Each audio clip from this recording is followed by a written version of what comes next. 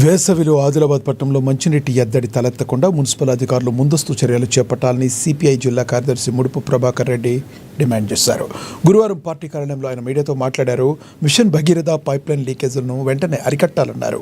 అలాగే రోడ్లు, మురికి కాలువలపై ఉన్న ఆక్రమణలు తొలగించి ప్రజలకు ఇబ్బంది కలగకుండా చూడాలని కోరారు.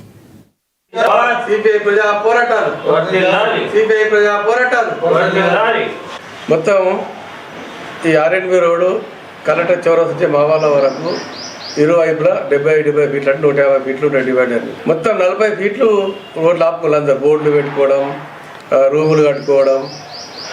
అట్లే ఎందుకు మేమంటున్నాం అంటే చాలామంది యాక్సిడెంట్లో ఇటీవల ప్రాణాలు పోయాయి. చాలామంది ఒక రిటైర్డ్ టీచర్ చనిపోయాడు, చాలా మొన్న ఒకళ్ళకి యాక్సిడెంట్ కాలు ఎరిగింది. గతంలో అనేక మంది స్టూడెంట్స్ కూడా చనిపోవడం జరిగింది.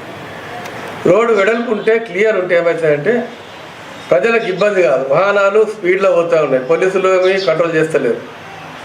కాబట్టి ఇక్కడ సమస్యలు ఏమొచ్చినాయంటే మున్సిపాలిటీ వాళ్ళు ఈ శానిటేషన్కి సంబంధించిన వాళ్ళు కానీ ఈ టౌన్ ప్లానింగ్ వల్ల నిర్లక్ష్యం వల్ల ఇప్పుడు జూడియోకి సంబంధించిన కాంపౌండ్ రోడ్ వే కడుతూ ఉన్నారు. ఇంకా కొత్త ఏదో బిల్డింగ్ అయితే ఆడ కడుతూ ఉన్నారు. ఏఆర్కి హాస్పిటల్లో రోడ్ వే కట్టింది మొత్తం. అంటే మొత్తం ఇక్కడ నుంచి మావాల వరకు కలెక్టర్ చెరువు, అంటే కలెక్టర్ చెరువు నుంచి ఇటు చాందా బైపాస్ వరకు 150 ఫీట్ల రోడ్ని మొత్తం ఆక్రమించుకొని అధికారులు సూచిస్తున్నట్టు కలెక్టర్ ఉన్నారు, ఎస్పీ గారు ఉన్నారు, ఇక్కడ అందరు పోతారు. కానీ ఇది వాళ్ళ బాధ్యత కాకుండా మున్సిపాలిటీ శానిటేషన్ కానీ, కమిషనర్ కానీ, మున్సిపల్ సిబ్బంది బాధ్యత. కాబట్టి సిబిఐ పార్టీగా మేము ఏం చేస్తున్నామంటే వెంటనే ఈ బోర్డులను తొలగించాలి. మొత్తం ఇక్కడ 75 ఫీట్ల వరకు దర్వాజాలు కూడా తీయదు. రూల్ ప్రకారం కొన్ని ప్రాంతాల్లో రెస్ట్రిక్ట్ ఉన్నాయి.